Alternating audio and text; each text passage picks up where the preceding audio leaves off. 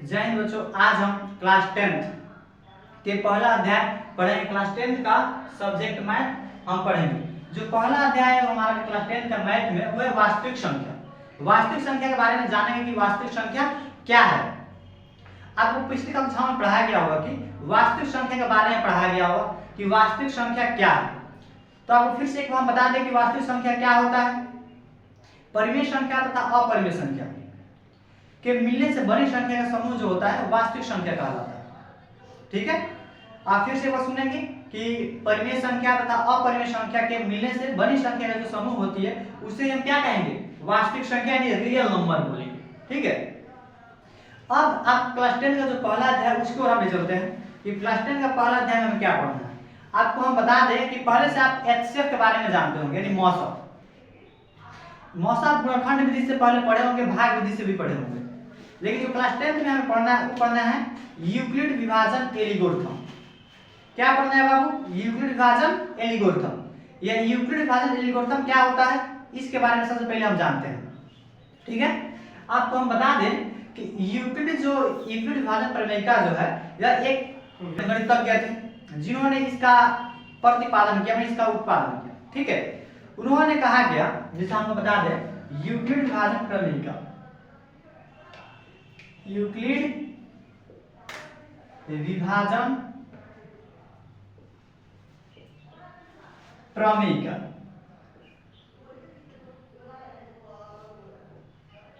Euclid विभाजन प्रमेयिका कहिए, Euclid विभाजन एल्गोरिथम कहिए, दोनों बात सेम ही होगा।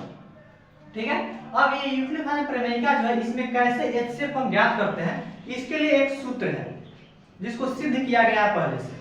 जैसे अब हमारे a बराबर बी क्यूब प्लस आर। ठीक है, और जहां जो होता है जहां 0 से बड़ा होगा या बराबर होगा r और r से बड़ा b होगा। अब आपको हम बता दें a क्या होता है, b क्या होता है, q क्या होता है, r क्या होता है। आपने भाग पढ़ा होगा, भाग में क्या होता है, जैसे हम भाग करते हैं 2 से भाग करते हैं 5 में।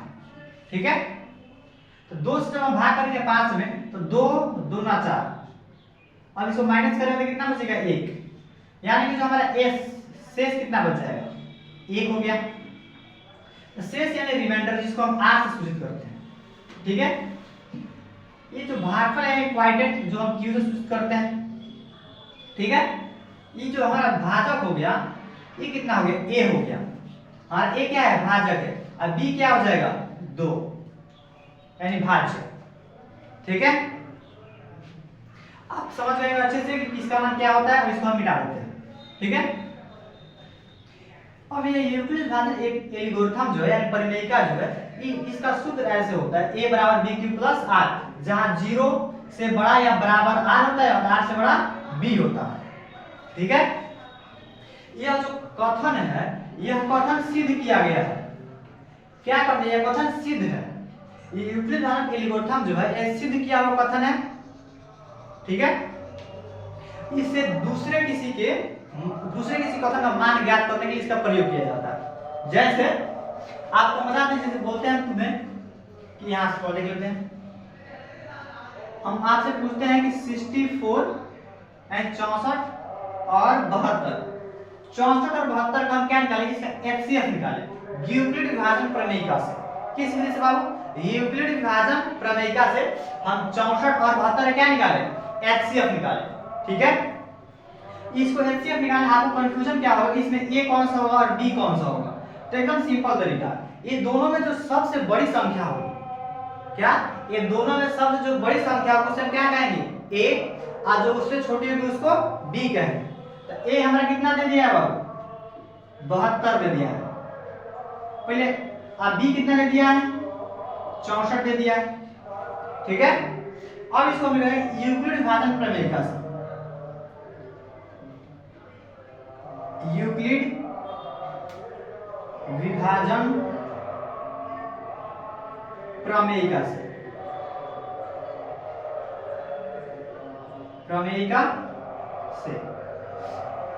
आपको पता है प्रमेयिका का मतलब होता है सिद्ध किया गया कथन।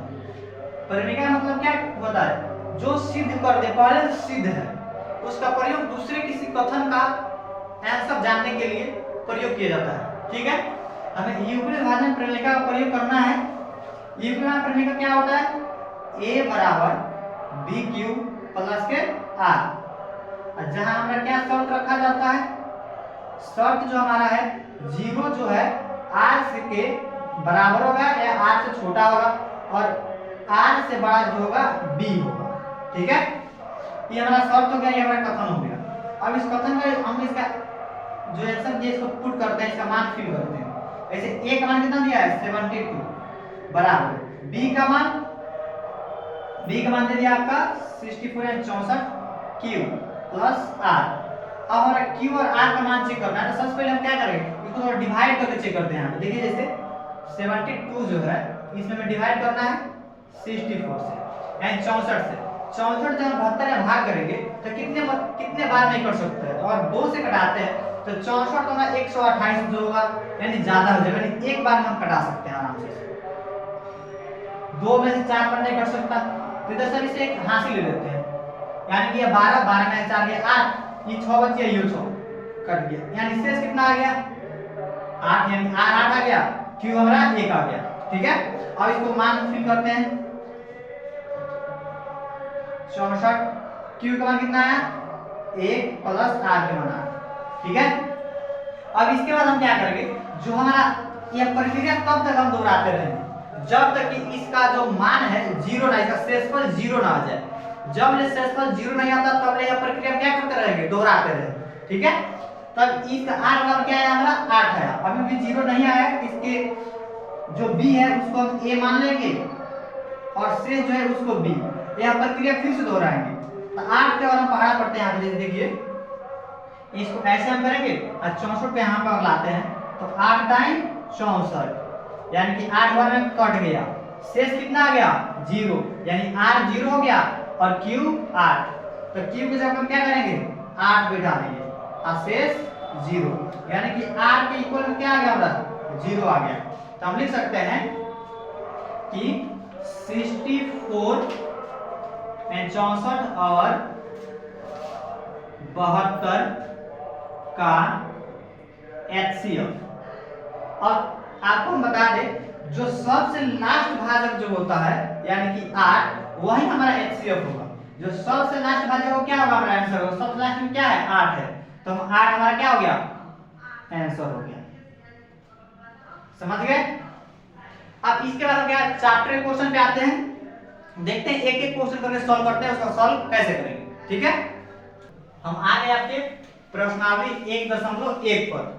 1.1 का पहला क्वेश्चन हम देखेंगे, फिर इसको हम कैसे सॉल्व करते हैं। ठीक है, देखा है निम्नलिखित संख्याओं का HCF ज्ञात करें के लिए यूक्लिड विभाजन एल्गोरिथम का प्रयोग कीजिए। जो कुछ संख्या ही दे दिया है, आपसे बोल रहा है क्या कि इन सब का जो HCF ज्ञात करना है यूक्लिड विभाजन एल्गोरिथम से करना है। ठीक है, तो इसमें क्वेश्चन दिया पहला में 135 और 225, 196 और 38,220, तीसरा दिया 866 और 255। ठीक है, तो इसको हम बारी बारी से सॉल्व करते हैं। पहले हम लेते हैं पहला नंबर प्रश्न। ठीक है, तो पहला नंबर प्रश्न हम यहां से सॉल्व करते हैं। थोड़ा एक में हमारा दे दिया है क्या कि 135 और 225। तो सबसे पहले आपको ध्यान रखना चाहिए इसमें ए हमारा कौन सा होगा, जो सबसे बड़ी संख्या है उसको हम क्या मानेंगे ए मानेंगे। तो ए बराबर हमारा क्या होगा 225 और बी बराबर 135। अब हम क्या लिखेंगे यूक्लिड विभाजन प्रमेयिका से।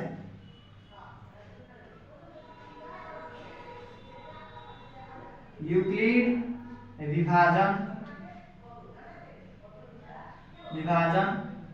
एल्गोरिथम या प्रमेयिका।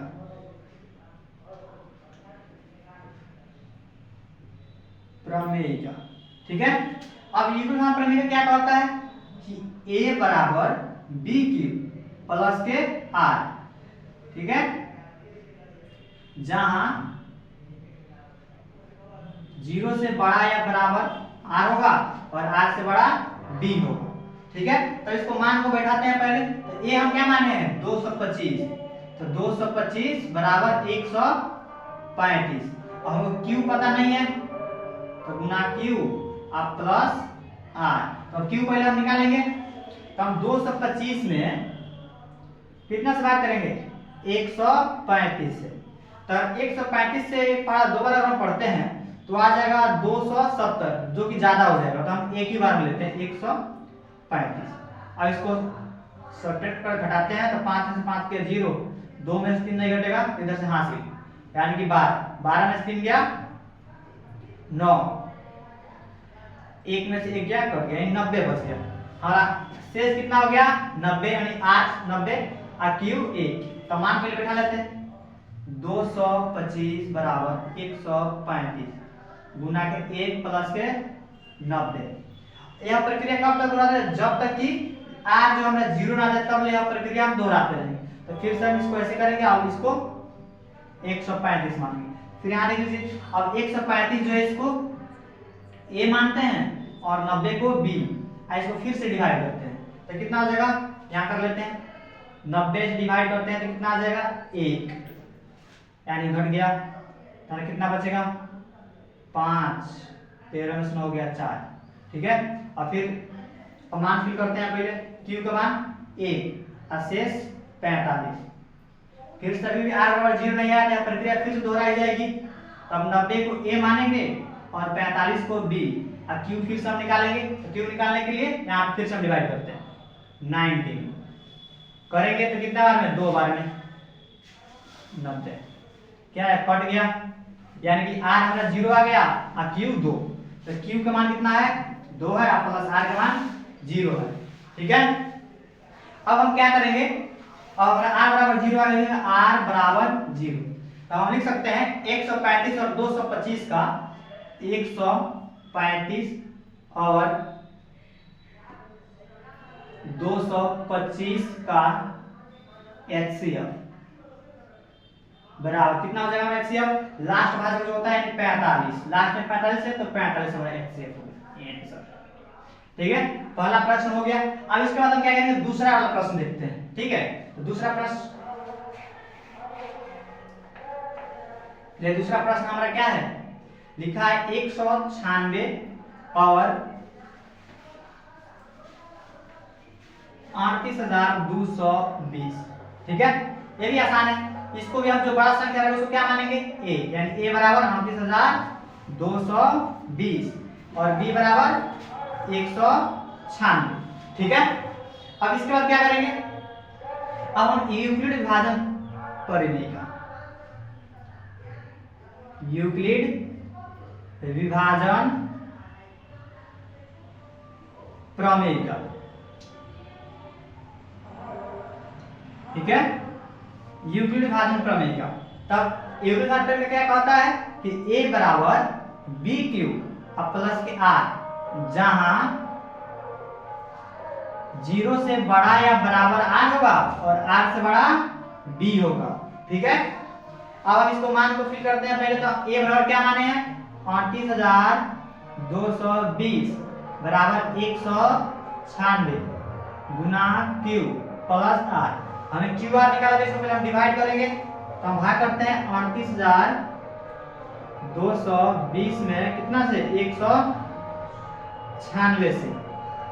तो आप ध्यान दीजिए 3 अंक तो लगभग इसमें 3 अंक हम भी ले लेते हैं, यानी 382 और 196 को बड़ा 2 बार पढ़ते हैं तो हमारा आता है 388, जो कि इससे ज्यादा हो जाएगा। तो हम एक ही बार पढ़ेंगे 196, ठीक है।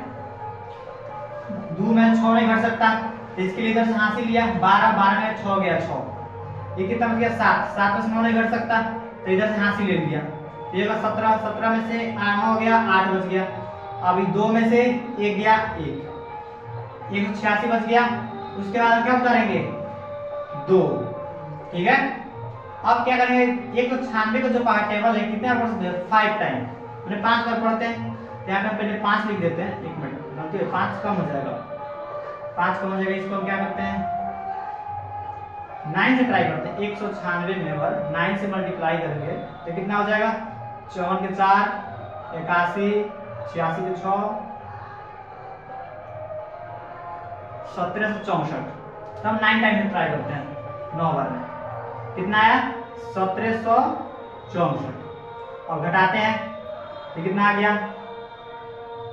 8, 15 में से 9, 7 कट गया, 1 कट गया, उसका क्या आ गया 0। अब कितने बार में 196 के टेबल 5 बार पढ़ देते हैं। 196 को 5 से अगर मल्टीप्लाई करते हैं तो कितना हो जाएगा 6 25 30 के 0। अभी हो गया 45 और 3 48 के 8, 5 4 9, यानी कि 5 4 हो गया 980। 5 बार में तो 5 980। ये तो कट गया तीनों, यानी एक बार में अगर 195 हमारा क्यू कितना आ गया 0 आ गया, और मतलब क्यू आ गया 195, आर आ गया 0।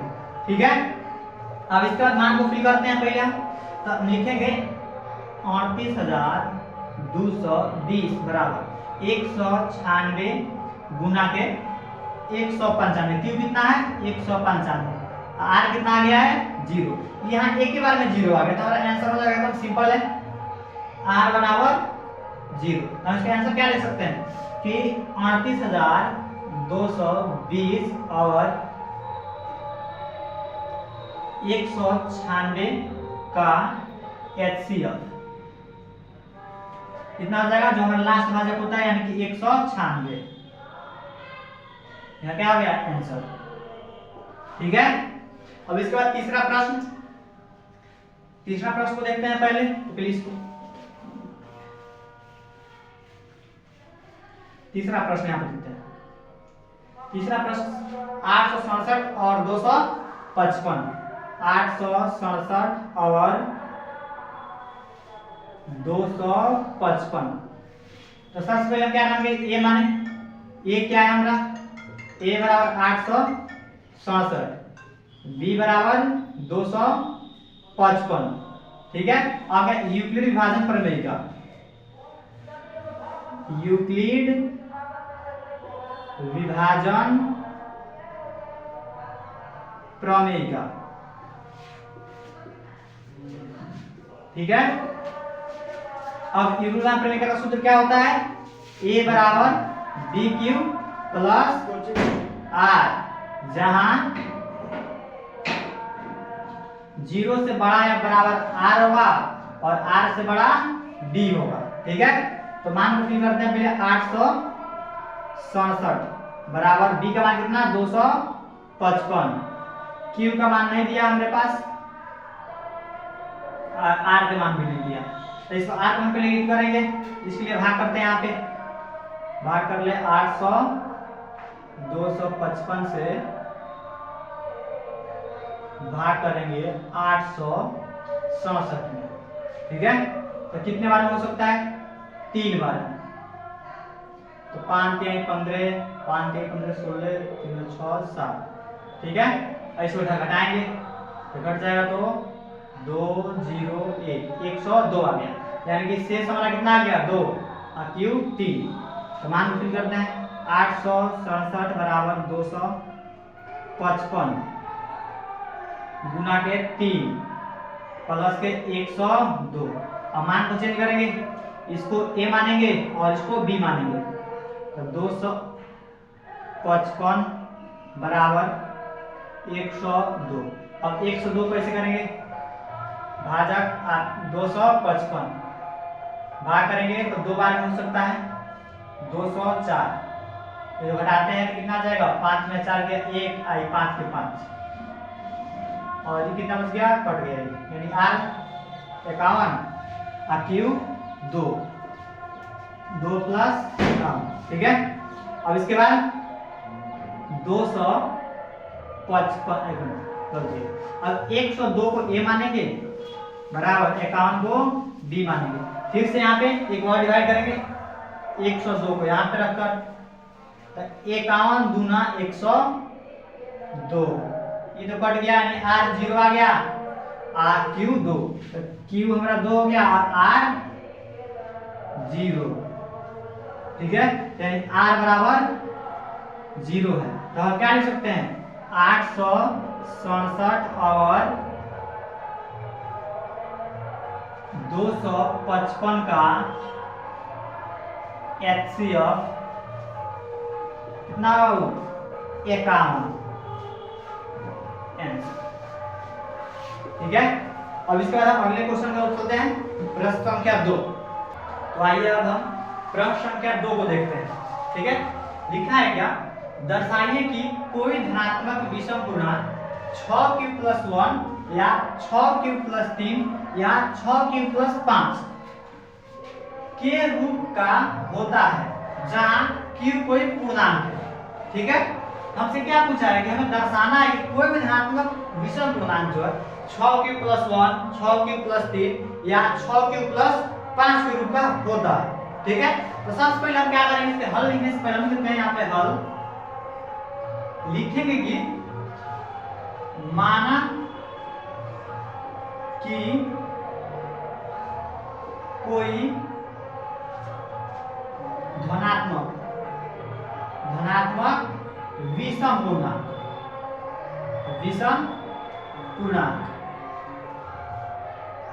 बराबर a मान लेते हैं। कोई भी धनात्मक विषम पूर्णांक क्या है, a हम मान लिए। ठीक है, तब हमें जो प्रश्न दिया, आप समझिए, कोई भी धनात्मक विषम पूर्णांक है, उसके बाद हमें दिया है क्या, 6q+1, 6q+3, 6q+5। ठीक है, अब आप ध्यान रखिए, तो हम इसको a बराबर हम इमेजिन कर लें कि a बराबर 6q+1 है, तो इस सूत्र के हिसाब से बैठ गया a बराबर bq+r। इस सेम टू सेम है, तो आप ध्यान रखें कि b हमारा क्या हो जाएगा, b जो हमारा 6 हो जाएगा, b बराबर 6। ठीक है, तो अगर b 6 है तो r कितना हो सकता है, b अगर 6 है तो r हमें कितना हो सकता है, 5 हो सकता है, इससे छोटा होगा 4, 3, 2, 1, 0, इतना हमारा r हो सकता है। तब यहाँ पे हम देंगे यूक्लिड। अब इसको सॉल्व करते हैं यूक्लिड विभाजन प्रमेयिका से। यूक्लिड विभाजन प्रमेयिका से, यूक्लिड विभाजन प्रमेयिका से। ठीक है, अब यूक्लिड विभाजन प्रमेयिका का सूत्र पहले हम लिख लेंगे, ये होता है a बराबर bq+r, जहां 0 से बड़ा या बराबर r से बड़ा b होता है। ठीक है, अब सब हम ये तो मान लिए हैं क्या, कोई जहां तक विषम पूर्णांक a है उसके बराबर ही सब दिया है। ठीक है, तो a बराबर मैंने कितना दे दिया है, a का मान a दिया है, अब b का मान 6 दिया है, b का मान कितना दिया है, 6 दिया है, q का मान नहीं दिया है और कोई धनात्मक विषम पूर्णांक है। r को हम क्या मान सकते हैं, 5 मान सकते हैं, 4, 3, 2, 1, 0, इसमें से कोई हम मान सकते हैं। r मान लीजिए सपोज एक बार हम 0 ले लेते हैं, तो +0, तो इसका मान कितना हो जाएगा, 6q।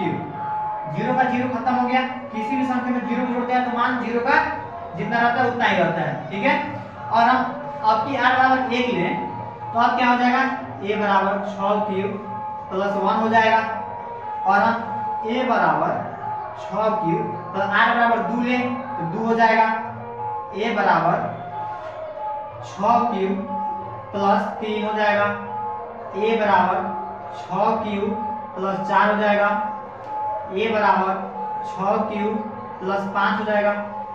कहने का मतलब जितना शेष है उसको एक एक बार रख के चेक कर लेंगे। ठीक है, अब इसके बाद हम क्या करेंगे, देखेंगे इसमें कौन कौन सा सम है और कौन कौन सा विषम है। ठीक है, एक बार हम बता दें, यहाँ पे हम यहाँ लिख देते हैं q कोई पूर्णांक है, कोई पूर्णांक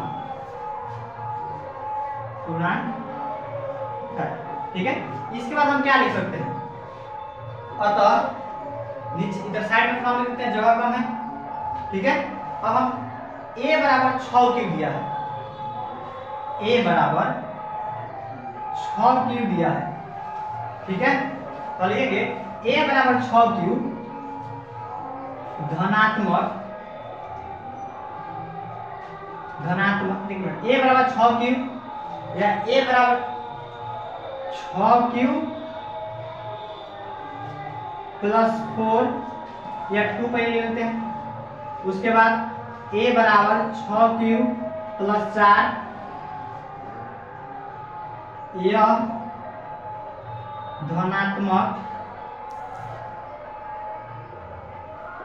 सम पूर्णांक है,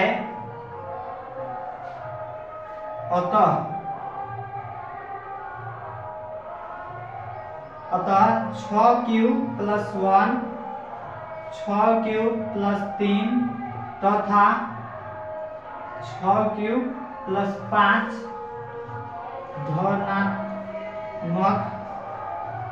धनात्मक विषम पूर्णांक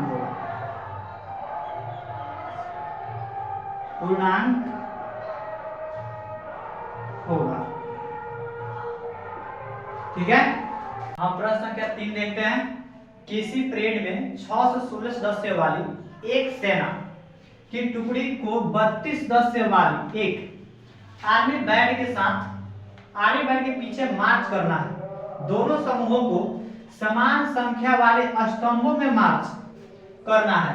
उन स्तंभों की अधिकतम संख्या क्या है जिसमें वह मार्च कर सकते हैं। ठीक है, तो पहले आप क्वेश्चन समझ लीजिए कि क्वेश्चन क्या कह रहा है। क्वेश्चन क्या कि एक परेड हो रहा है जिसमें 6 से 16 आर्मी सदस्य हैं।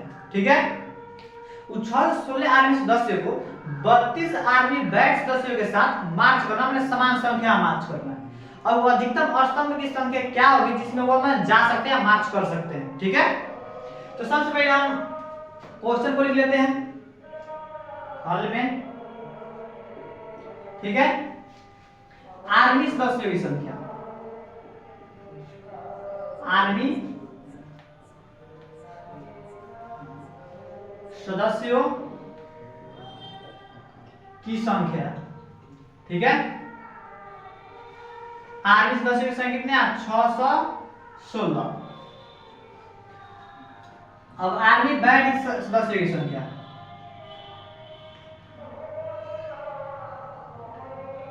आर्मी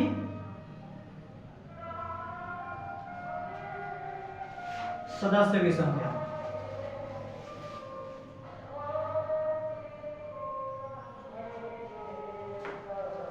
सदस्यों की संख्या कितना है? 32। ठीक है, तब हम क्या इसको यूक्लिड विभाजन प्रमेय से हल करते हैं। यूक्लिड विभाजन प्रमेय का। ठीक है, अब देखते हैं क्या हमारा a बराबर b³ + r होता है, जहां 0 से बड़ा या बराबर r होगा और r से बड़ा b होगा। ठीक है, अब इसके बाद क्या करेंगे, हम मान को घटाते हैं। आपको पता है जो सबसे अधिक होता है वही a होता है। सबसे बड़ी संख्या जो होती है उसको हम a मानते हैं। 6 से 16 32 गुना q के क्यूब प्लस r क्या। ठीक है, और इसको हम डिवाइड करेंगे।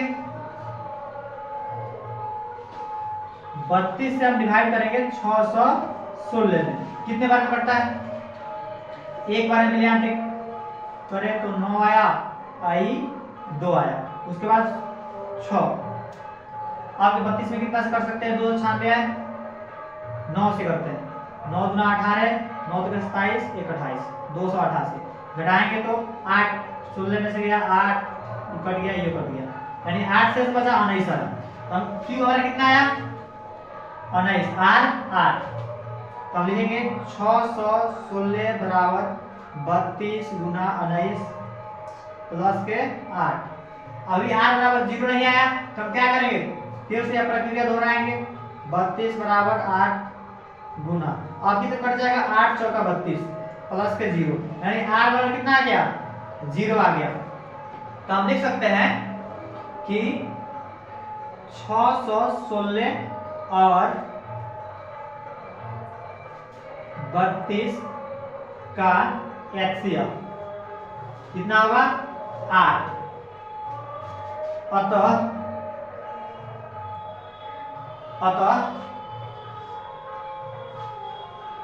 अतः वह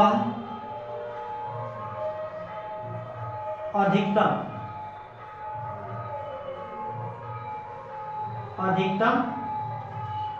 स्तंभ 8 होगा जिसमें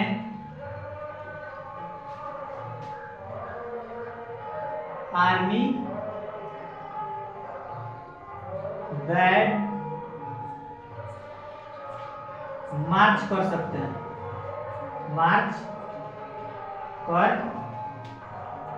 सकते हैं, हाँ ठीक है। अब हम प्रश्न संख्या 4 देखते हैं क्या है। लिखा है यूक्लिड विभाजन प्रमेयिका का प्रयोग करके दर्शाइए कि किसी धनात्मक पूर्णांक का वर्ग किसी पूर्णांक m के लिए 3m या 3m+1 के रूप का होता है।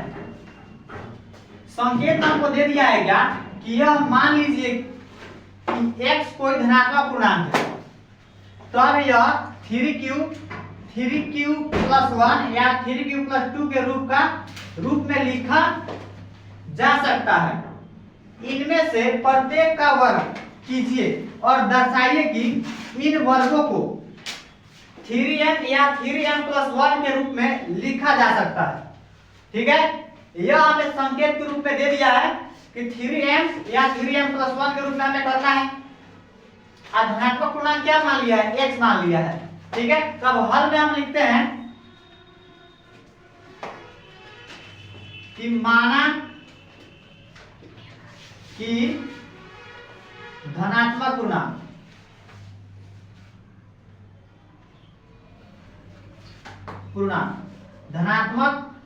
पूर्णांक बराबर x।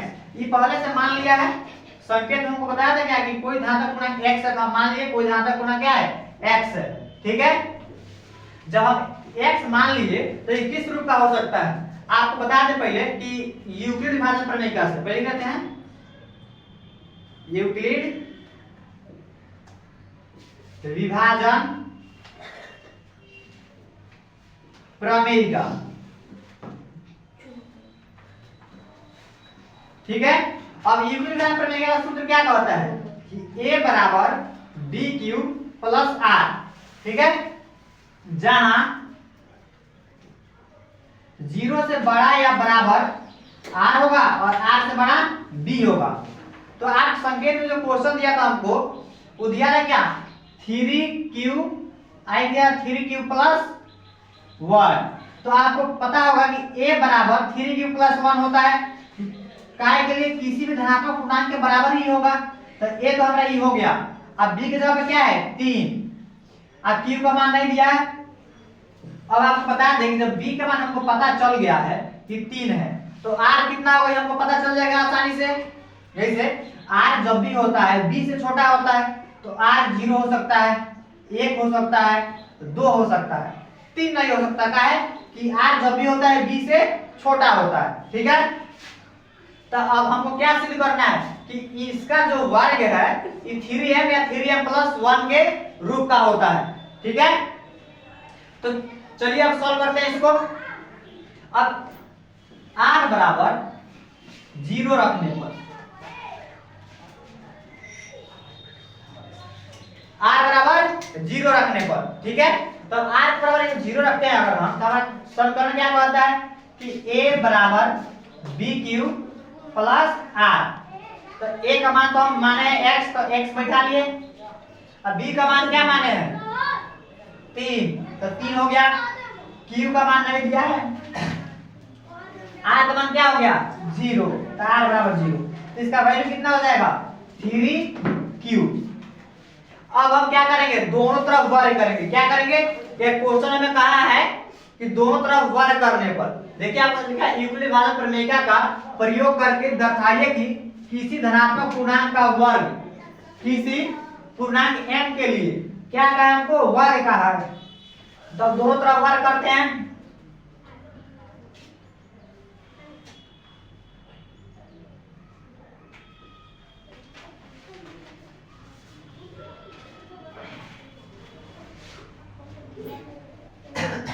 ठीक है, अब दोनों तरफ क्या करेंगे वर्ग।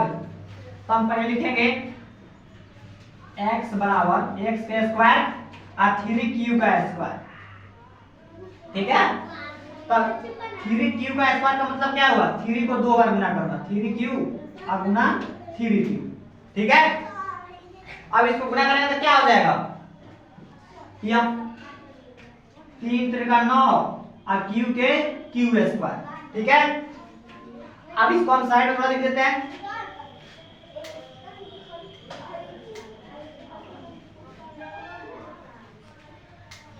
क्या हमारा था वो 9q का स्क्वायर था, कहा देख लिखते हैं 9q का स्क्वायर, एक मिनट, x बराबर था ना, x बराबर 9q का स्क्वायर।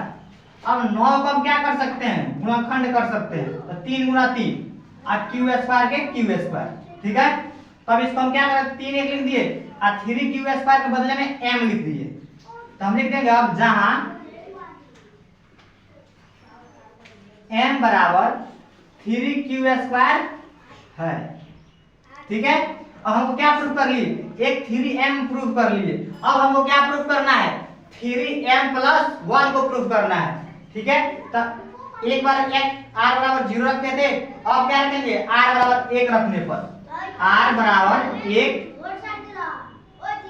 रखने पर, ठीक है। अब r का मान क्या बैठाएंगे, हम 1 बैठाएंगे, तब समीकरण देखते हैं, a बराबर b क्यूब प्लस r होता है, तो a तो हम x माने हैं बराबर, b का मान क्या माने हैं 3, अब q का मान नहीं दिया है, प्लस r क्या रखे हैं 1, तो 1। अब लिखेंगे दोनों तरफ वर्ग करने पर, दोनों तरफ वर्ग करने पर,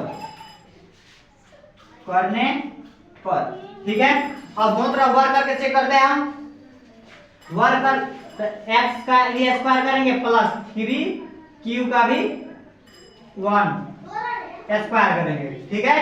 अब आपको पता होगा a प्लस b का होल स्क्वायर क्या होता है, a स्क्वायर यानी 3q का स्क्वायर, ठीक है, प्लस 2 और फिर a यानी 3q और गुना b और प्लस b के स्क्वायर, ठीक है।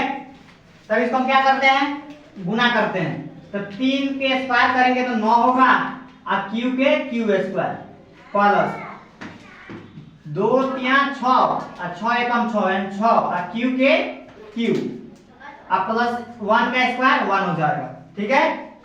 और इसके इधर पर देखते हैं, हमारा क्या है, x बराबर आ गया 9q स्क्वायर और प्लस 6q और प्लस 1, ठीक है।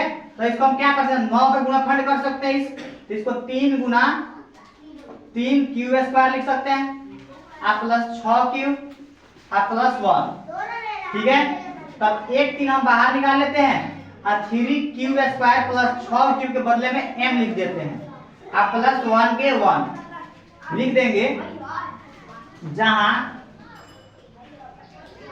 m बराबर 3q स्क्वायर और प्लस 6q है, ठीक है। अब हम प्रश्न संख्या 5 देखते हैं, लिखा है यूक्लिड विभाजन प्रमेयिका का प्रयोग करके दर्शाइए कि किसी धनात्मक पूर्णांक का घन, किसी भी धनात्मक पूर्णांक का घन 9m प्लस 1 या 9m प्लस 8 के रूप का होता है, ठीक है। इसके पहले वाला क्वेश्चन हम पढ़े हैं क्या, किसी संख्या का वर्ग, लेकिन इसमें क्या पढ़ना है, किसी धनात्मक पूर्णांक का घन पढ़ना है, क्या पढ़ना है, घन। तो एकदम थोड़ा सा चेंजेस होगा इसमें, तो सबसे पहले हम लिखते हैं हल, ठीक है। क्या करेंगे, माना कि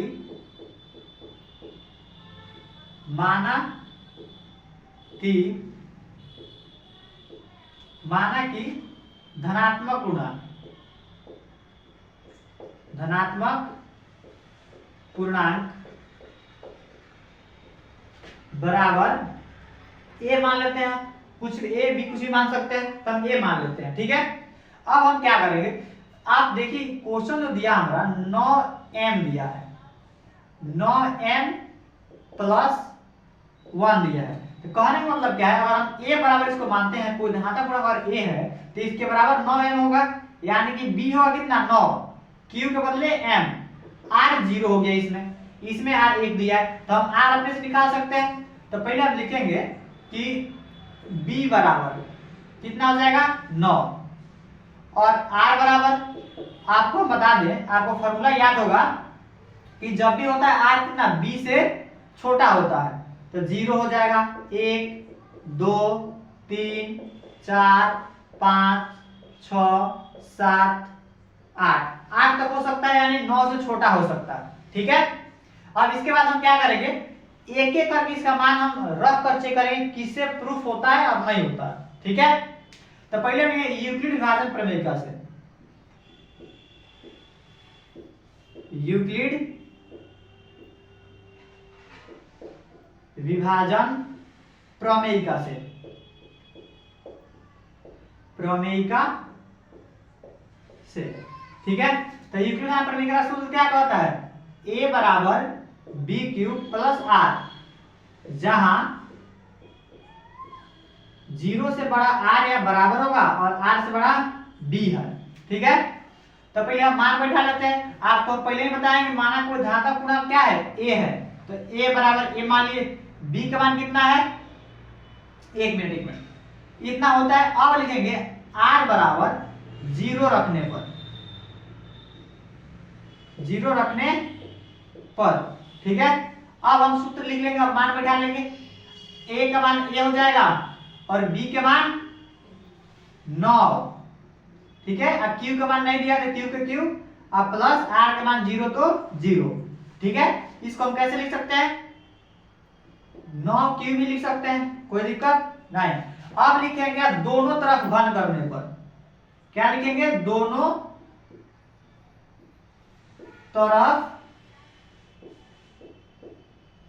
घन करने पर, घन करने पर। ठीक है, हम क्या करेंगे बाबू, दोनों तरफ घन करेंगे। ठीक है, तो घन का मतलब होता है क्यू, तो करते हैं क्यू, a का क्यू बराबर 9q के पावर में q। तो आप ध्यान रखेंगे, एक 9q मतलब क्या हुआ, इसको 3 बार गुना करना, 9q को 3 बार गुना करना। ठीक है, अब तीनों को 3 बार गुना करते हैं तो 9 गुना 9 कितना हो जाएगा, 81, q गुना q q स्क्वायर, अब गुना फिर 9q। ठीक है, अब 81 गुना 9 कितना हो जाएगा, 81 9 729, कितना हो जाएगा 729। अब q से q में गुना हो तो q के पावर में q हो जाएगा।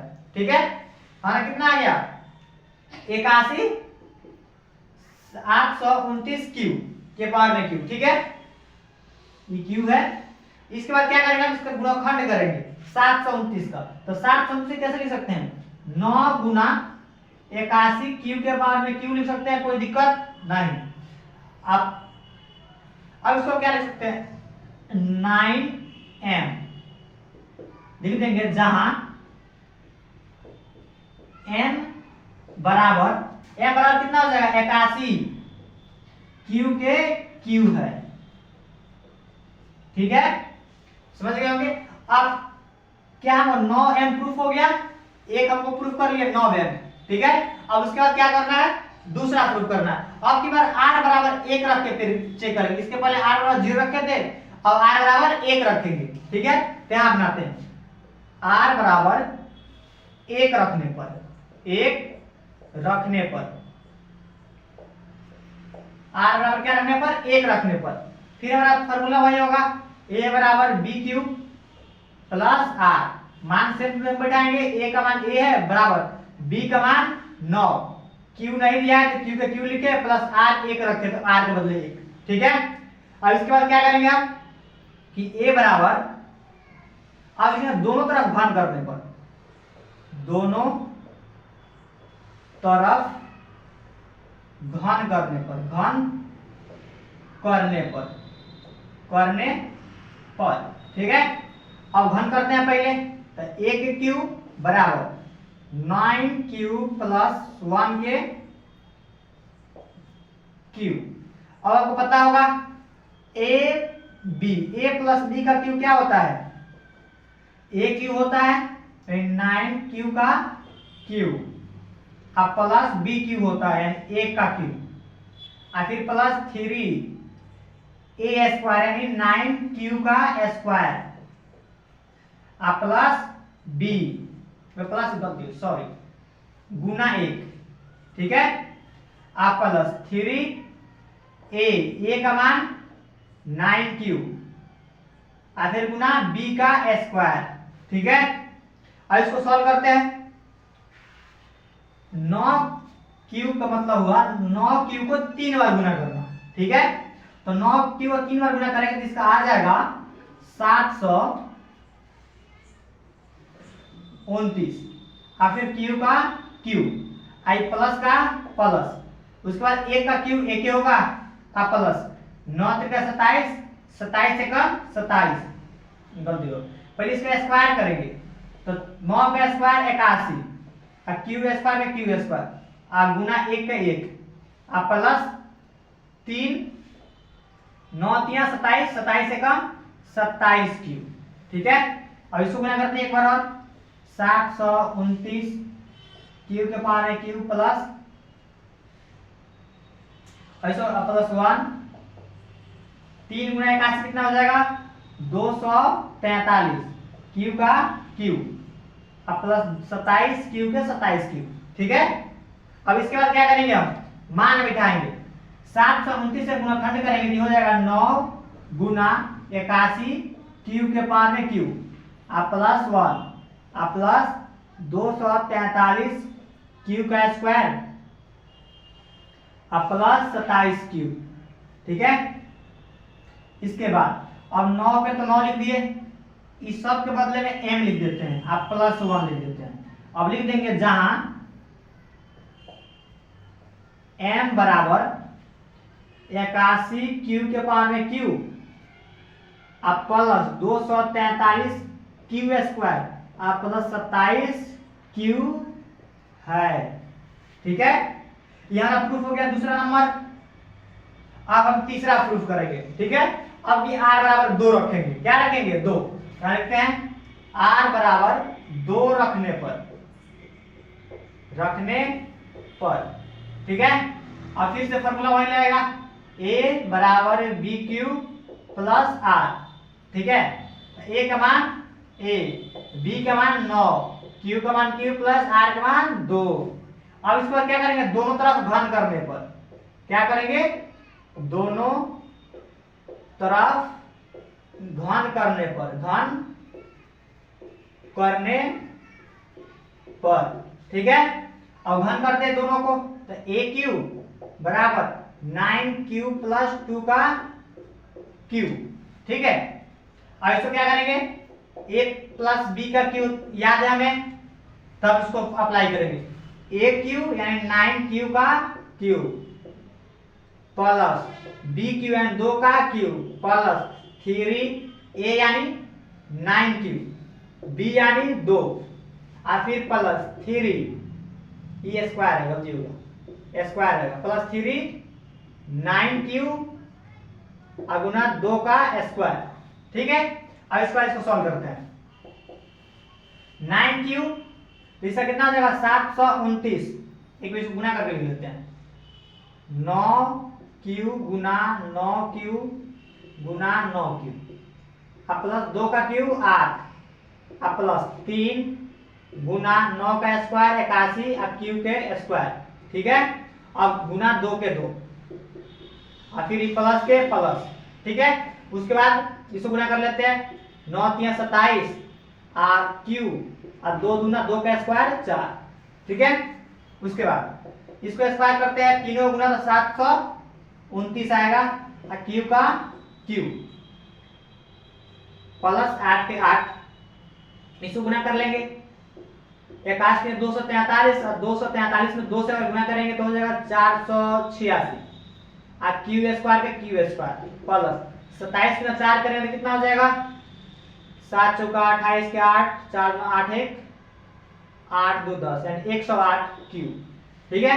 अब इसको गुणनखंड कर लेंगे, इसको गुणनखंड करेंगे तो 9 गुना 81 q के q प्लस 8 और plus 486 q square plus 108 q, ठीक है। अब इसको अपना मान बैठा लेंगे हम 9m प्लस 8 लिख लेंगे लिख देंगे जहां m बराबर 81 क्यू के Q plus 486 Q square plus 108 Q है। ठीक है, यह आपका चैप्टर 1.1 समाप्त हुआ। इसके बाद अगले अध्याय में 1.2 के बारे में हम अध्ययन करेंगे। ठीक है।